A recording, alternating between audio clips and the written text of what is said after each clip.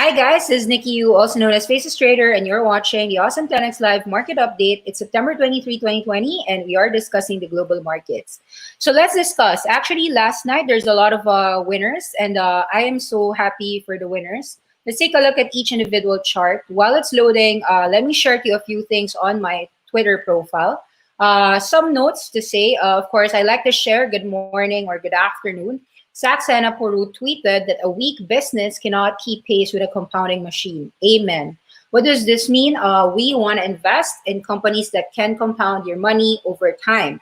So that is really what a great company to hold is, and what a 10x company has. Now, the question really, these past few days, I've been investigating whether Skillz, also known as FEAC, it is a SPAC, could be a buying opportunity. So the company is owned by Andrew Paradise. Andrew Paradise got DraftKings, some of the sponsors of DraftKings, to actually help him in the SPAC. And I've been playing actually since last night on the word Blitz. It's like similar to Boggle. I'd like to share to everyone that if you'd like to join, I gave my referral link. If you're gonna join, I might as well get a bonus cash. For every friend who makes a deposit, I'll be getting $20. Why do I think that this is a game that is a good company that is actually a potential 10x? So you make games, you play with other people. So there's like tournaments, and you get tickets. So experience points, even if you win or even if you lose, you'll get tickets. So of course, if you're a winner, you get more tickets. If you're a loser, you probably just get one ticket or so. There's a lot of prizes that you could redeem. 3 million tickets is like a Keurig K Elite coffee maker or Omaha Steaks pack.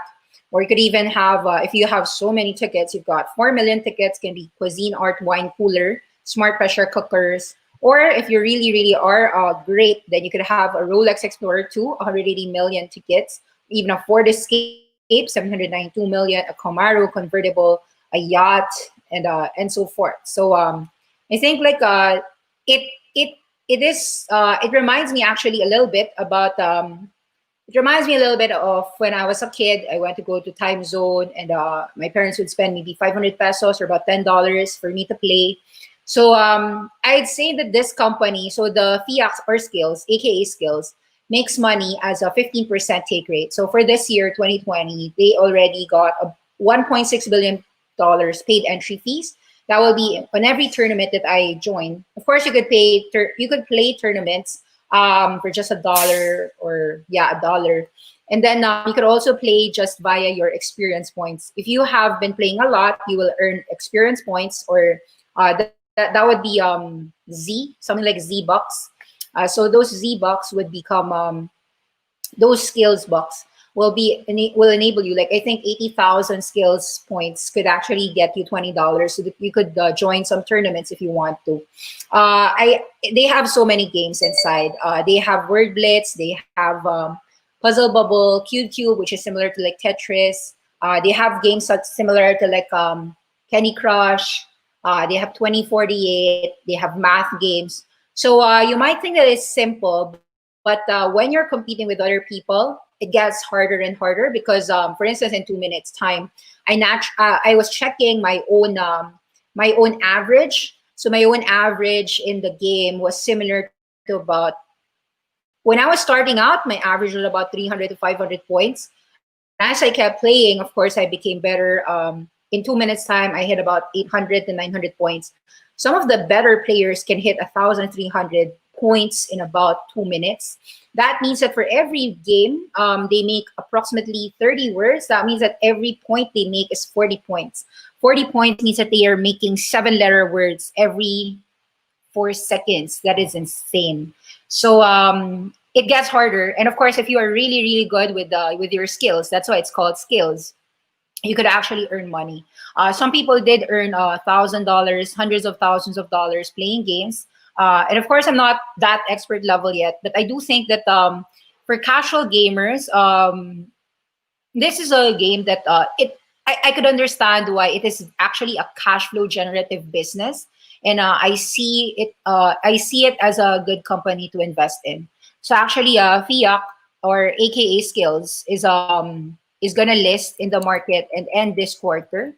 I think end of the quarter, it will already change to Skillz.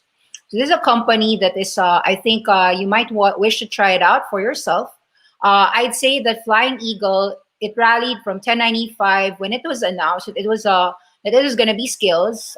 It went as high as about 14.50 and then retraced back here to about $12. I would assume that this $12, even at $11, is a buying signal. So I am gonna buy somewhere here, 12.14, 12.10. Even if you bought at 12.50, I'm okay. 12.50 all the way to $11 is a buying entry for me. Now, of course, Unity Software. Unity Software has been rallying in the last few days. So you are aware that Unity Software, yes, Unity Engine, the competitor of Unreal Engine, it powers up 53% of all the mobile app games in the entire App Store and Google Play.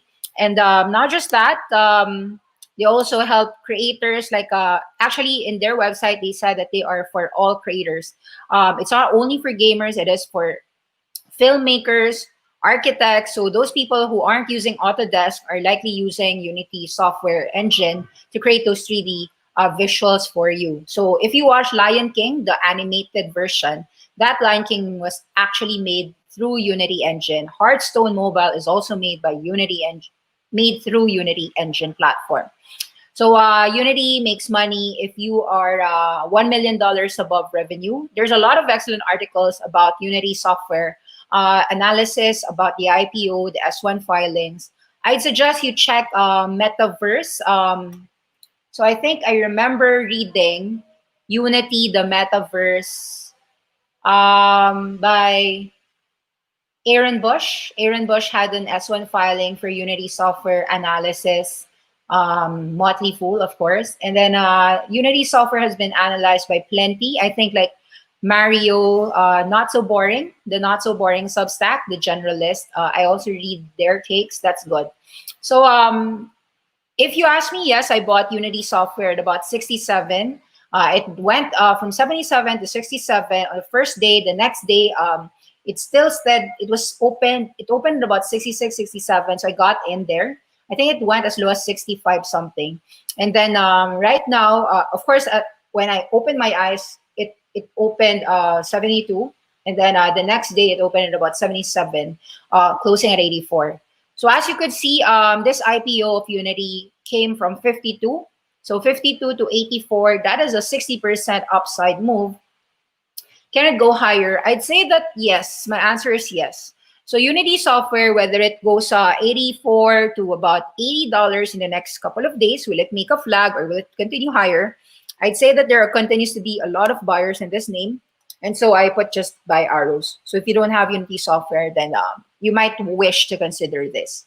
Other IPOs that have been doing well is, of course, the Google Telehealth, Telehealth AMWL. American Well, this is another new IPO. Last week, this is also above 50% from its IPO share price. I haven't studied this personally. It's a telehealth medicine, so apparently it should compete with your telehealth, teledoc. So telemedicine as well. American Well, the only thing I know about it is that Google invested in it. And then, of course, there are companies such as the new one, Frog, JFrog.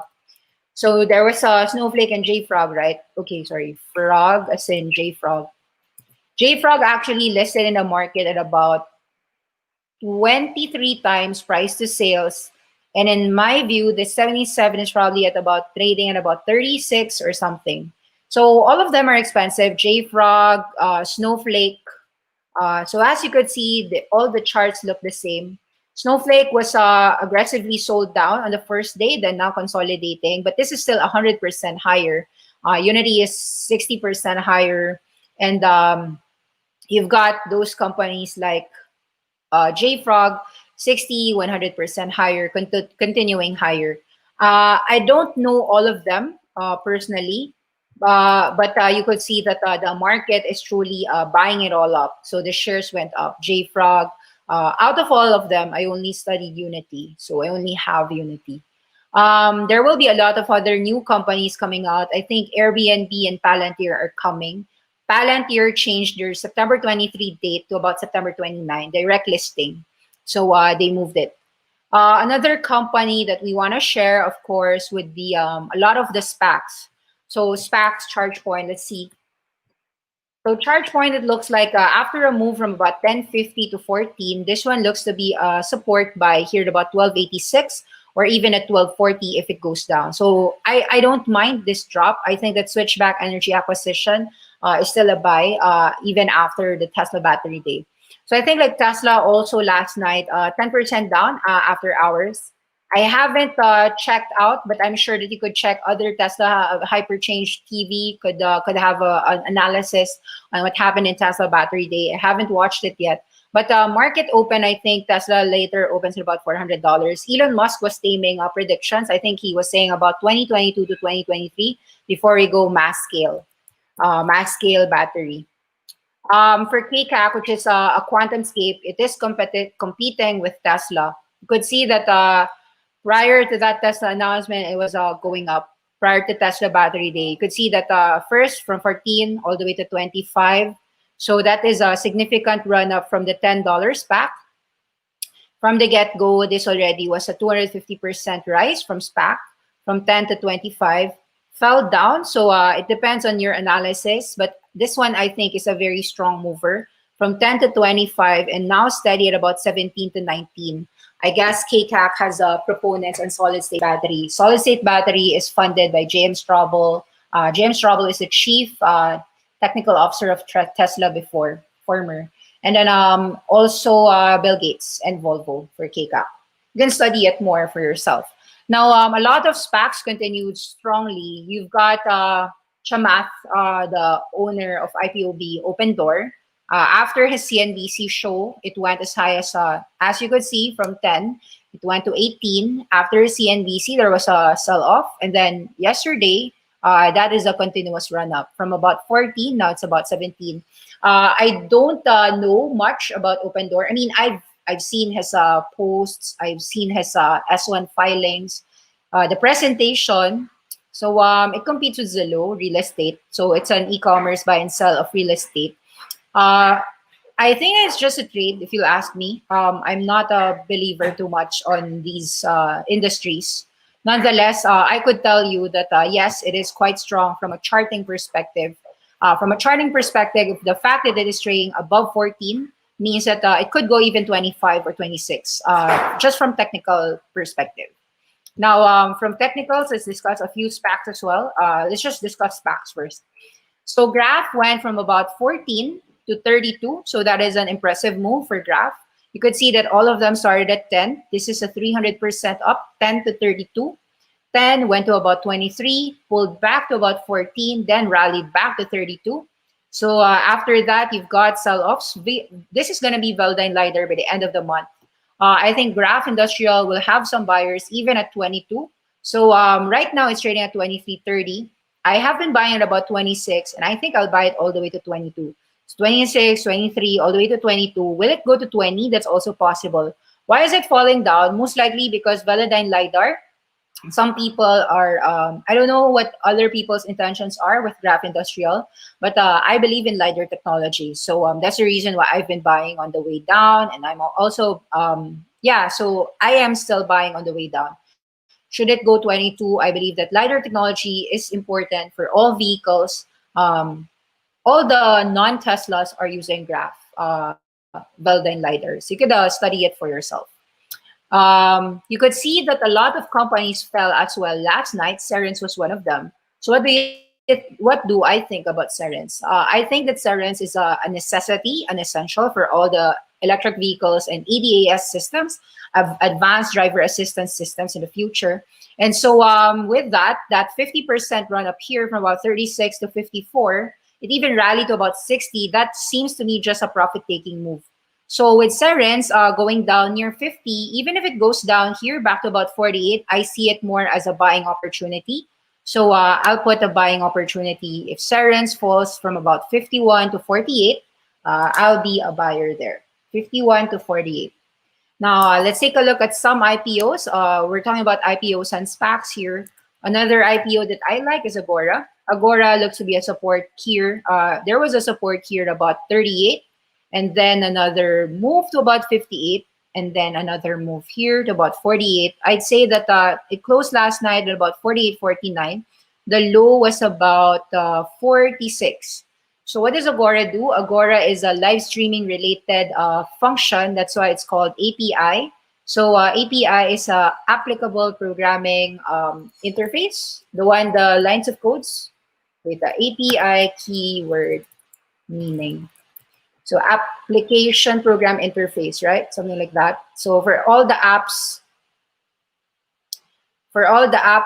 they are API acronym.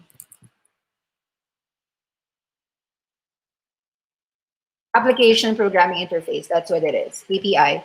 So this software intermediary allows two applications to talk to each other. For those who aren't in the know, Agora's client is Unity.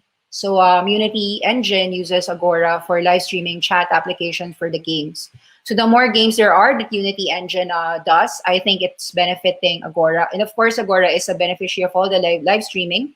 And so this one, Agora, to me, is a buy. So you've got Seren's a buy, Agora a buy at about $48.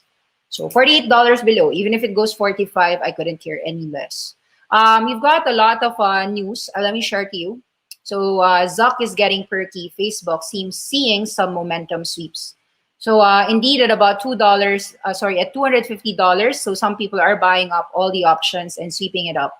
So a lot of calls. I'm also a bull on Facebook. So Facebook at 250. So yesterday I said that Facebook at about 250 is presenting a great opportunity to buy. So I just really bought as well.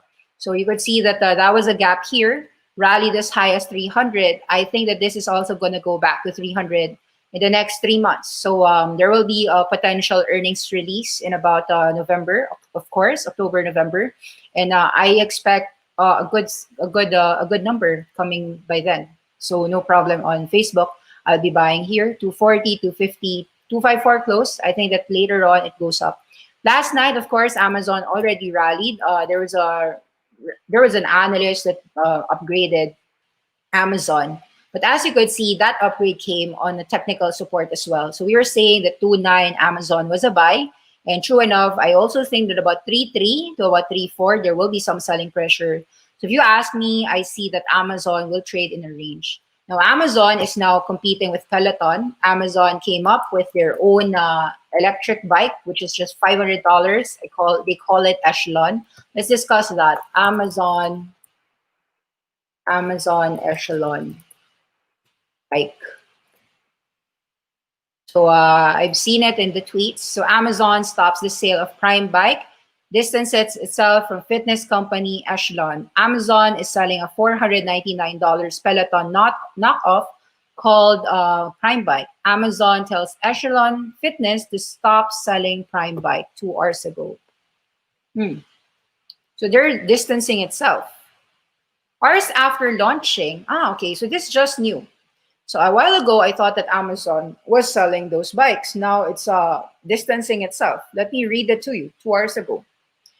Amazon is stopping the sale of Prime Bike and distances itself from the fitness company Echelon. Hours after launching a $499 exercise bike billed as Amazon's first foray into the connected service exercise equipment, Amazon stopped selling the product and said the bike is not an Amazon product or related to Amazon Prime. Wow. According to a press announcement released by Echelon on Tuesday, the so-called Prime Bike was developed in collaboration with Amazon and offers Prime members a 30-day free trial for Echelon's connected fitness app. Announcement, which has since been deleted, generated buzz because the bike is a budget Peloton competitor, though some media outlets called it a Peloton knockoff, a clone. So you've got a China Tesla, now you've got a Peloton clones. But hours after the original announcement Tuesday last night, Amazon updated the product page listing the bike as currently unavailable and scrubbed any mention of a partnership with Amazon. This bike is not an Amazon product or related to Amazon Prime. Echelon does not have a formal partnership with Amazon. We are working with Echelon to clarify with their own communications team to stop the sale of the product and change the product branding. Echelon then immediately respond to a request. We are built on the design. We are building at home fitness is seeing a boom. Okay, so all right, so this is supposedly a competitor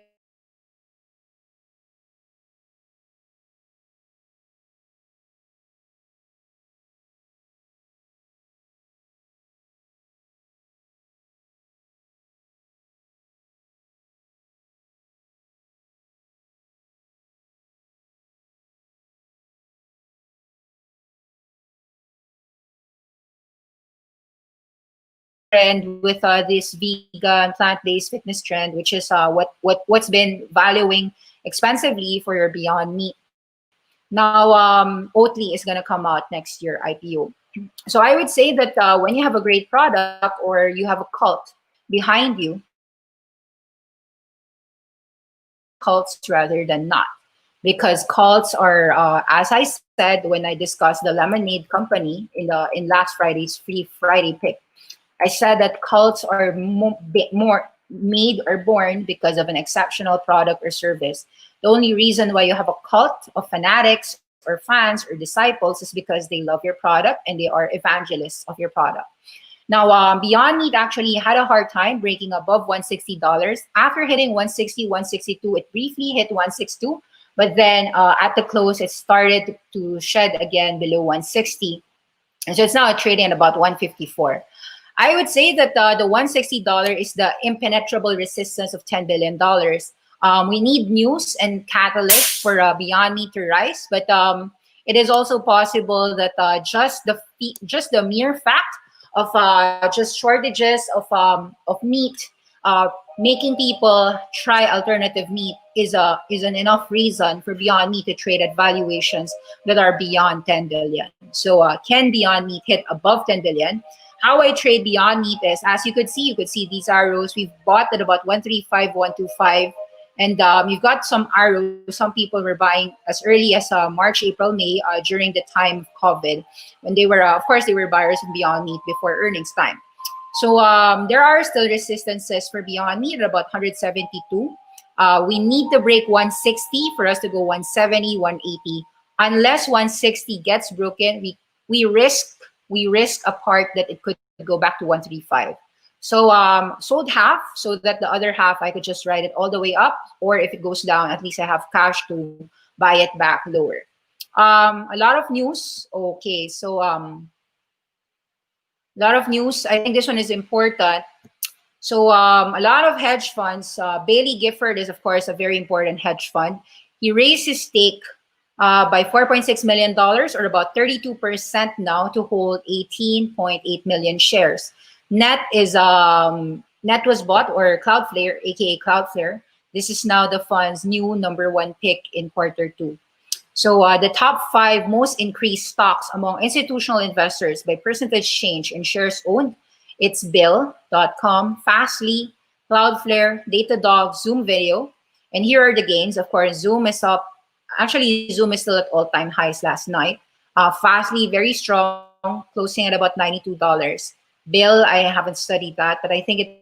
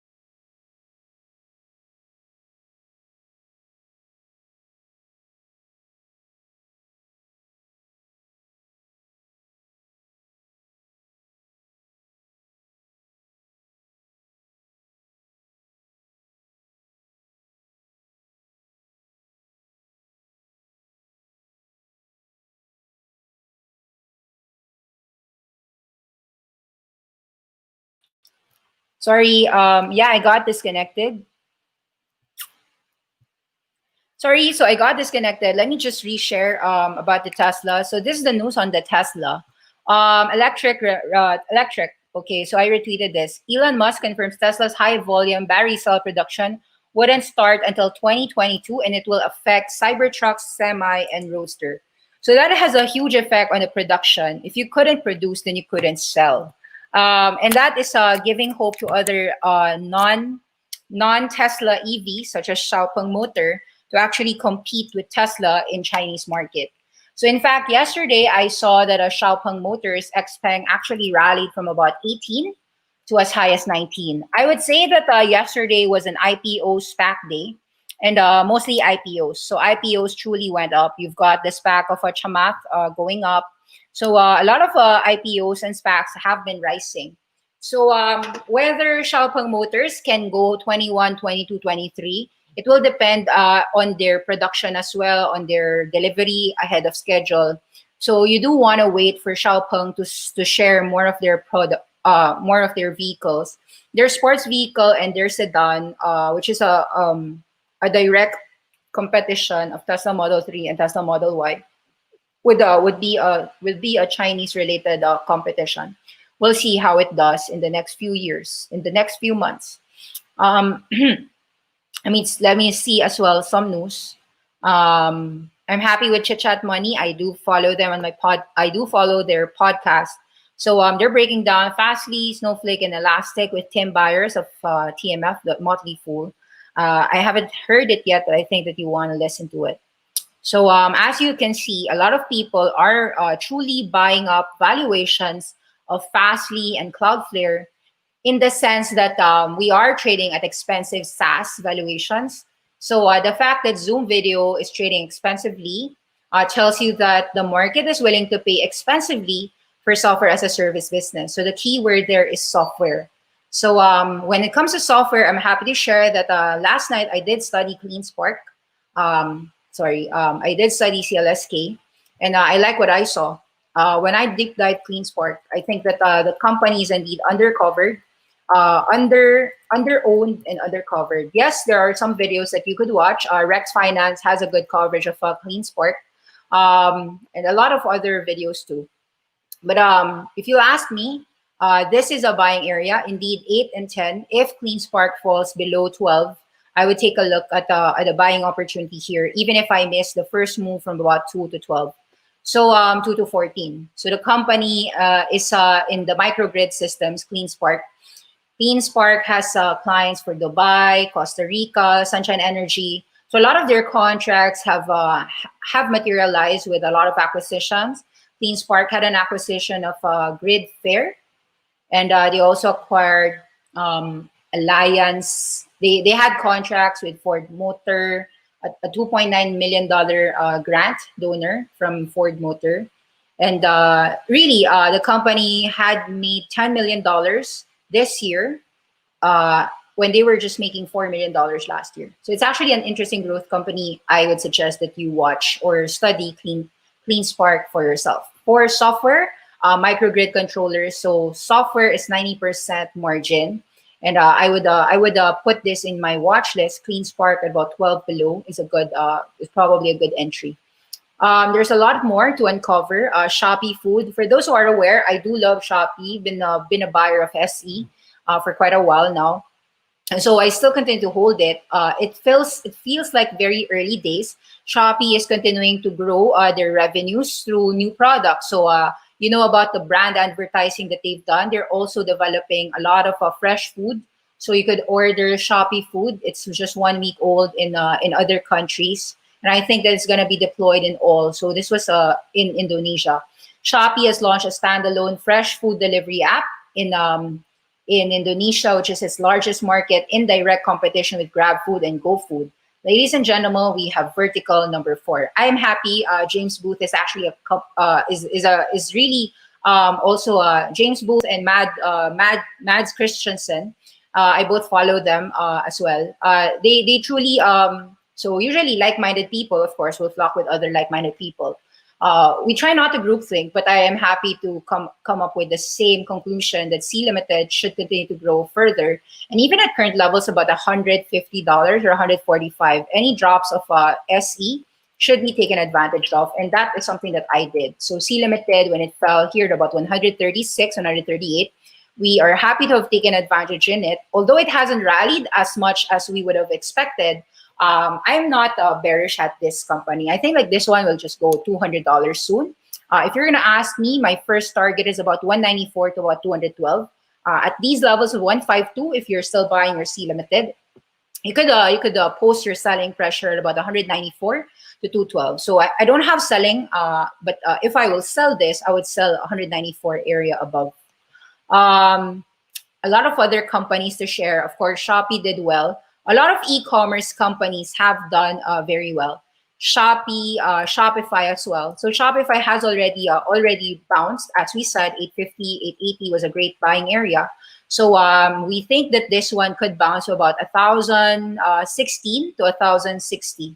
So if you'll ask me, there is a buyer here and there is a seller here. So I do think that there will be a range trade first for Shopify before we break out. But obviously the leaders will go all-time highs, even if the Nasdaq will range bound here at about 12.3.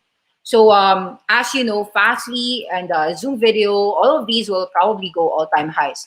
The way I see it, Fastly could even break 110 soon. Although there's this gap down, it could break above 120 pretty soon. Fastly and Cloudflare and ET. So you want to put these leaders, Fastly, Cloudflare, Zoom. Zoom, of course, we already have it. Datadog, put these companies, these SaaS names are potentially going to go all-time highs and breach further. Any drops is probably another buying opportunity. So I think we will not have very huge drops for these SaaS companies anymore. A lot of strength. I noticed their strength. A lot of companies need Cloudflare. TRNE is also a company that is desktop metal. Paul Scolardi said that this is the next $10 billion company, an August 26 article.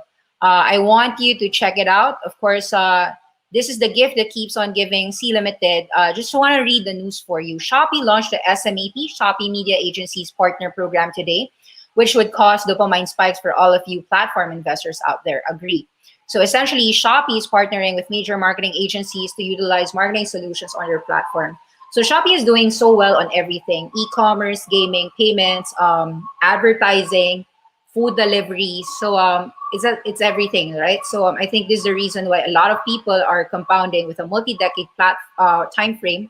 Sea Limited are what you call compounding asset machines. So you don't really want to sell any of them. Great minds think alike. Agree. Cathy Wood's ARC initiated a new position today. They bought 148,000 shares of U trading range 63 to 74. I would argue that they probably bought again at about 74 to 84. If you don't have Unity below $80, I'd say try to just tranche it out. There could be some selling pressure once it hits that triple-digit mark of $100. I don't know, but if you'll ask me, I think like it's a great business. Now, Peloton might not have a moat, or it could. We don't really know. But if you'll ask me, I'll buy Peloton if it goes $70 below, $75. So I am a happy buyer of Shopee. And then someone sold 175 million worth of electronic appliances on a 4-hour live stream, long Agora. Greece e-commerce, new retail strategy goes from strength to strength as 175 million worth of products. So that's really all live stream. So I do believe that live streaming is a business of the world, and there's a lot of companies that will benefit. For FEAC, the trends really is video gaming and esports, taking media and entertainment to the next level. I'd also share that there's a little bit about online, just generally just playing games with other people. It's a casual thing. So people wouldn't mind spending $5, $10 for tournaments. Let me check your questions. Henry Coy is asking, what do you think about HSBC and JP Morgan? JP Morgan has a partnership with Amazon. That's the reason why JP Morgan is, at least in the banking space, one of the higher, and it is still trading at a higher valuation versus the other peers in the banking space. That said, as you could say, the pandemic Actually, it's not just the pandemic. All the traditional banks have a problem. So as you could see, I am not invested in any dinosaurs, and I consider that JP Morgan and HSBC are dinosaurs. So the millennials aren't using a lot of these names, or if they do, it's just indirectly. So Goldman Sachs with Apple, so they are partnered with Apple, so that Goldman Sachs has a retail arm. JP Morgan has partnered with Amazon, so that the Amazon Prime members are still indirectly using Amazon related services through JP Morgan Chase. For JP Morgan, I'd say that I would sell it if I have it. $93 at most. It's probably going to go $100 at 118. So you could see that it never really rallied. It is a laggard. You should know that you have a weak company. Weak company shouldn't be held. It should be sold. I wouldn't hold it. Is Ryan Cohen, if Ryan Cohen acquired GME, and for HSBC, I don't know much about it, but I think that they aren't sophisticated enough to give you money. HSBC is 5HK. As you could see, it's just hitting new lows after lows. It's all year all-time high lows. Sorry, all-time high lows. Yeah, tama, all-time lows. So it's all-time lows. It's $28. You've lost, I don't know, 90% of your money investing in crap. If you are investing in dinosaurs and crap, I'm sorry to say, but you really have to change your investing style. That style has to move on. Have to learn. You have to learn that it's wrong. If Ryan Cohen acquired GME, could it be a possible turnaround company? So Ryan Cohen is the CEO of Chewy, right? And GameStop in these days, okay, so let me explain that Microsoft Xbox Series had a very great sale. They shared it. Let me just share that Microsoft thing. I shared it here in my video games, my video game channel. So here in the Awesome 10X, we do discuss a lot of video games. We are heavily invested in video games. So we are humbled by the record-breaking demand for Xbox Series X and S. Huge thanks to everyone for the excitement. If you aren't successful today, be sure to sign up with the retailers for updates. Expect more consoles to be available on November 10.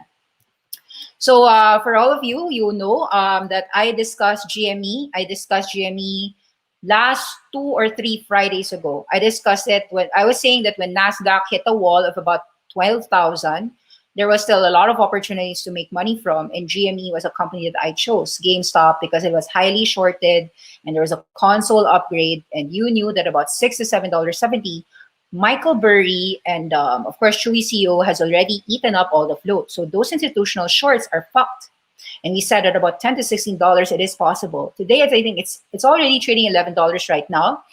Some of us, to be honest, those of us who held their GME at about $7.70 to $6.60 or $6, so their cost is about $6 to $7.70. Some of them have $7 cost. Some of them have cost below $7. They sold. So a lot of us, Awesome 10X, we sold at about 9 to 10 with the hopes that today, I think right now it's already opened at 11. With the hopes that it goes 11, 15, 16. So we're just holding on for the move. So it's not a turnaround company in my end. I don't think it's a turnaround. What I do think is that it was massively shorted and you have a short squeeze, but it will never go down below $7 either way. If it goes down back to 7, then you can buy it. Because I frankly believe that the assets and Michael Burry, a famous value investor, if you don't know, of course, he's also in the movie The Big Short, right? He's a value investor. He bought everything at about $3 to $4. This GME has about 5,000 stores. They're closing down the stores. They're doing well in their e-commerce space. They've done like, I think, 13x in their e-commerce digital space year on year. Of course, those console upgrades were really a reason. The holiday sales of PS5 are all coming out from GameStop. So even if you could buy all the digital games straight from Nintendo, Sony, and Microsoft Xbox, PS Now, and all those stuff like Nintendo Direct, I believe that the world has decided, and all the gamers have decided, that they need a third place. They need a third space. And if their third space is GameStop, then GameStop survives this retail apocalypse. So GameStop is not gonna die. The reason why it went up was because it was 90% down. It had room to move 500% up if it had to. So that's it. So if you're asking me, Jamie, how high can it go? My estimate is that it can go as high as $16. But at 10 to 16, that is a higher momentum zone. It's not where I would just buy and close my eyes. Hello, Miss Nikki. Which one should I buy? GMHI or Graph? Thank you for help. Awesome 10x, very helpful for newbie retail traders like me. Thank you very much. GMHI and Graph, they're both Lidar technologies. The reason why I like both of them is that both of them are, in my view, making sure that all our cars can see. So Lidar technology is not just used with electric vehicles. You'll notice that when you study this in depth, they have 100 uses, 100 application uses, from crop farming to mining to the yields to even your Apple iPads. They actually have Lidar technology. So between the two of them, I'd say that Graph, Velodyne Lidar, has more extensive use cases and more partners. They've already got so many partners. If you really just look at their S1 filings, if you just check our classes, Awesome 10x has an in-depth coverage of Boris Metropolis, aka Luminar Technologies, or Graph Velodyne Lidar. You can read about it, check our class coverage on those two. But between the two, I have both. So like for Graph, I'd say that 26 to 22 is still a buy. We have bought this at about 18 to 14. So some of us sold 26 to 32. So 26 to 22 is a buyback for us. Now for GMHI, I'd say that 1150 below is a buying opportunity.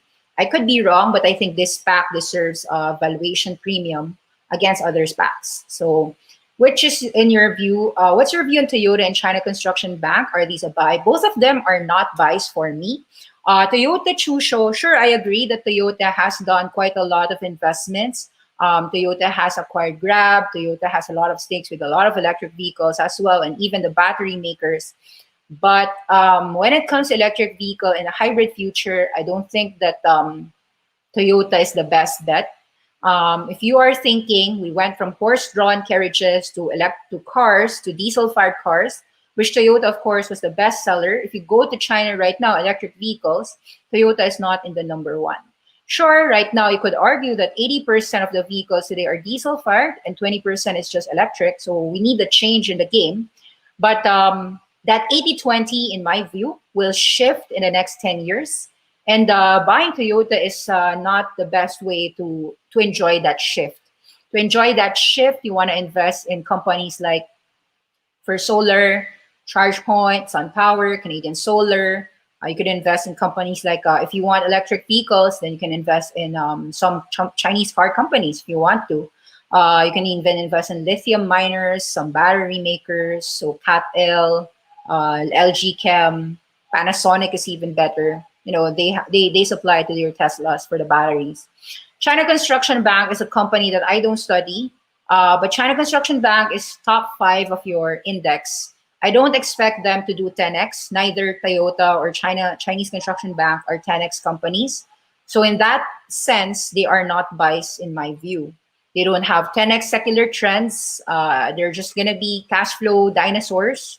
For cash flow dinosaurs, I would rather own other companies like Walmart. Walmart is not a dinosaur. That's why I like it. Walmart is a supermarket that has about 2 to 3% dividend yield. Same thing for Coca-Cola. Well, Coca-Cola is also a dinosaur if you think about it, but Coca-Cola is doing 100% growth in Alka-Seltzer. So between Toyota and China Construction Bank, the reason why I don't cover them is because I don't think that they are not. So I don't think they are 10x companies, and I don't cover non-10x companies. KC was dumped last night. Any insight? Hi, Nikki. I love your vids. Thank you. Thank you. Thanks, Davin. KC, Kings of Cloud, had a secondary offering. So secondary offering at about $33, $32. Typically, if I like a company's secular trend, I will be happy to buy the dump. So I did the dump. I did buy the dump on Shopify and First Solar when they had the insider selling. So you know that Lucas Walton sold a lot of shares insider selling for First Solar. I didn't mind 61, 62, 64. I don't care. From 65 to 60, I am a buyer of First Solar. I believe in its future. I believe in carbide film technology. And as for Kings of Cloud, my only problem with Kings of Cloud is that they made an IPO at $17 this year. It went as high as 40, and now they're dumping at 30. So 33, or just 100% above their IPO. It's kind of like Unity does 52 IPO, rallies to 150, and then sells $104. So I'd veer away from Kings of Cloud. not because I don't like Kings of Cloud, but only because I think that you just raised money at 17, and now you're raising money again at about at 34, 100% higher. What is wrong with you? Like, how much money do you want? Like, that's my question. Because for Shopify, I agree. You grew 100%, so it's fine for me that you need to serve all those millions of merchants that are in your new clientele today, because you need to, you need to ramp up your warehousing. I do not buy companies that dump just because they are. I don't know the reason why Kings of Cloud had to raise money.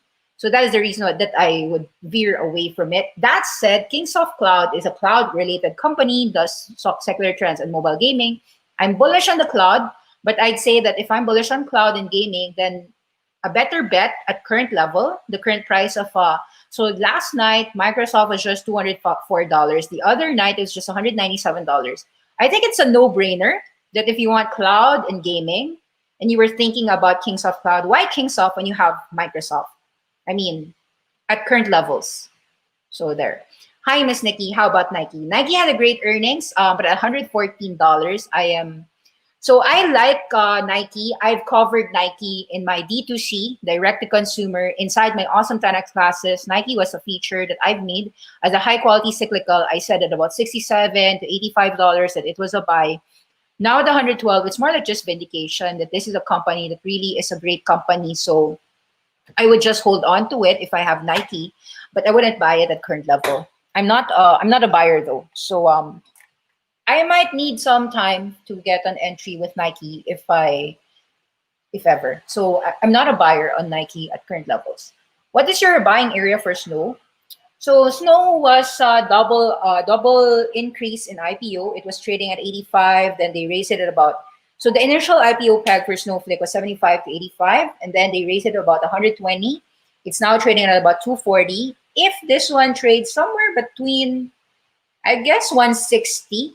Now you might say Snowflake will never go 160. That is also true. So I'm also willing not to be able to get Snowflake anytime in my life. Wow, it's already an hour. Sorry, guys. That will be the last question that I'll answer. And thank you very much for listening to the channel. Do subscribe, do follow our channel, and click the bell for notifications. I'll answer your questions again tomorrow. Bye-bye. Thank you.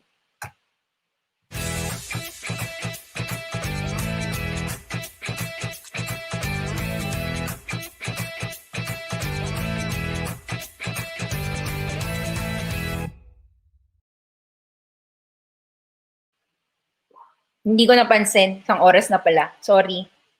Kala ko 30 minutes na. Oo, daming daming tanong dyan eh.